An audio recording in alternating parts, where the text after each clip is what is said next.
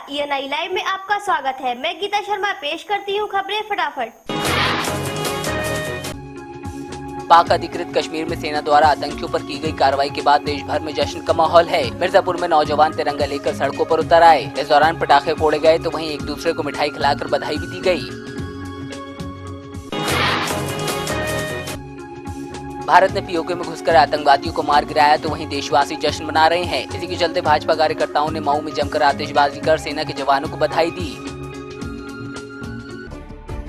मऊ में नवरात्र के मद्देनजर फायर विभाग की टीम ने पंडालों का निरीक्षण किया। इस दौरान पंडाल आयोजकों को हिदायत दी गई कि पंडाल तारों के नीचे बनाए जा रहे हैं, लिहाजा तारों को जल्द से जल्द हटा लिया जाए, अन्यथा उचित कार्रवाई की जाएगी।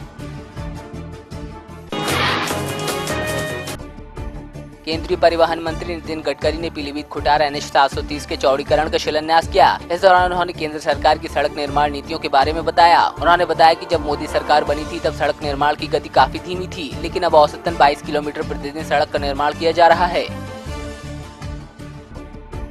यूपी मंत्रिमंडल में नए विस्तार के बाद कैबिनेट मंत्री बनाए गए रियाज अहमद अपने गृह जनपद पीलीभीत पहुंचे, जहां शहरवासियों ने उनका जोरदार स्वागत किया। गौरतलब है कि पीलीभीत से पहली बार किसी नेता को उत्तर प्रदेश सरकार में कैबिनेट मंत्री का दर्जा मिला है।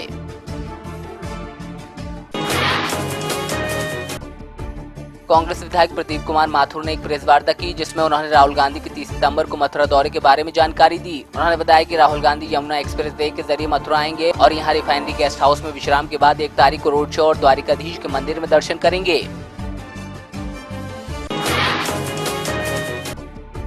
सूबे में काबिज सपा सरकार ने मिशन 2017 की तैयारियां शुरू कर दी हैं। इस बार सपा सरकार की नजर मजदूर तबके पर है, लिहाजा श्रम विभाग में रजिस्ट्रेशन कराकर मुफ्त साइकिल बांटी जा रही है। साथ ही पेंशन और जीवन बीमा जैसी योजनाएं चलाकर उनको अपनी तरफ करने की कवायद जारी है। इसी के चलते हमीरपुर में 500 महिला और पुरुष मजदूरों को मुफ्त साइकिल बांटी गयी।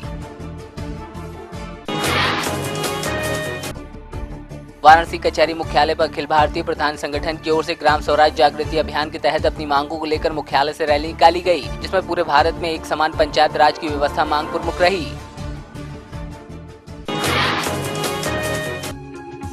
बदलापुर के जौनपुर में स्थानीय राजा हरपाल सिंह महाविद्यालय सिगरामऊ के इंडोर स्टेडियम में 2 दिवसीय बैडमिंटन प्रतियोगिता का आयोजन किया गया, जिसमें राजा हरपाल सिंह पीजी कॉलेज ने बाबा बैजनाथ पीजी कॉलेज आजमगढ़ को मात दी और खिताब पर कब्जा किया। वहीं महिला वर्ग में TD कॉलेज जौनपुर ने जीत हासिल की।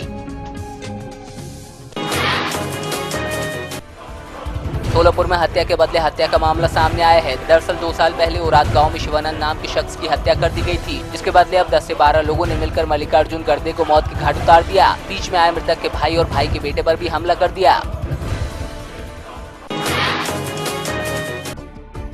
श्रीनगर के लाल चौक में छात्रों के एक गुट ने शिक्षा मंत्री के खिलाफ विरोध प्रदर्शन किया। छात्रों ने कहा कि कर्फ्यू के चलते उनकी पढ़ाई का काफी नुकसान हुआ है और परीक्षा देने वाले काफी छात्र श्रीनगर के संवेदनशील क्षेत्रों में रहते हैं, लिहाजा सरकार को परीक्षाएं टाल देनी चाहिए। वहीं कुछ छात्रों ने कहा कि जब तक कश्मीर मसले का हल नहीं निकलता तब तक वो लोग इम्तिहान नहीं देंगे।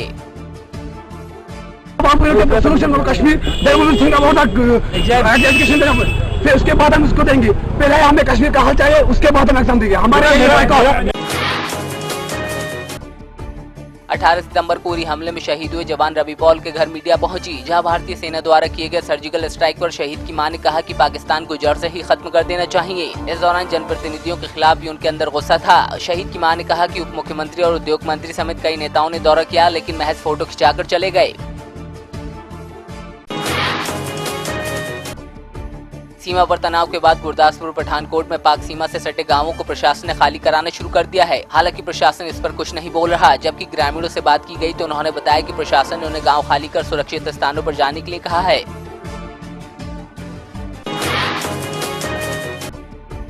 फाजिल्का में राज्य स्तरीय मुकाबलों का ट्रायल देने आए खिलाड़ी और उसके पिता ने चयन प्रक्रिया पर सवाल उठाते हुए खेल विभाग के अधिकारियों पर पक्षपात करने का आरोप लगाया है। आरोप लगाने वाले पिता ने बताया कि उनका बेटा 3रे नंबर पर आया था, लेकिन 5वें नंबर पर डाल दिया गया।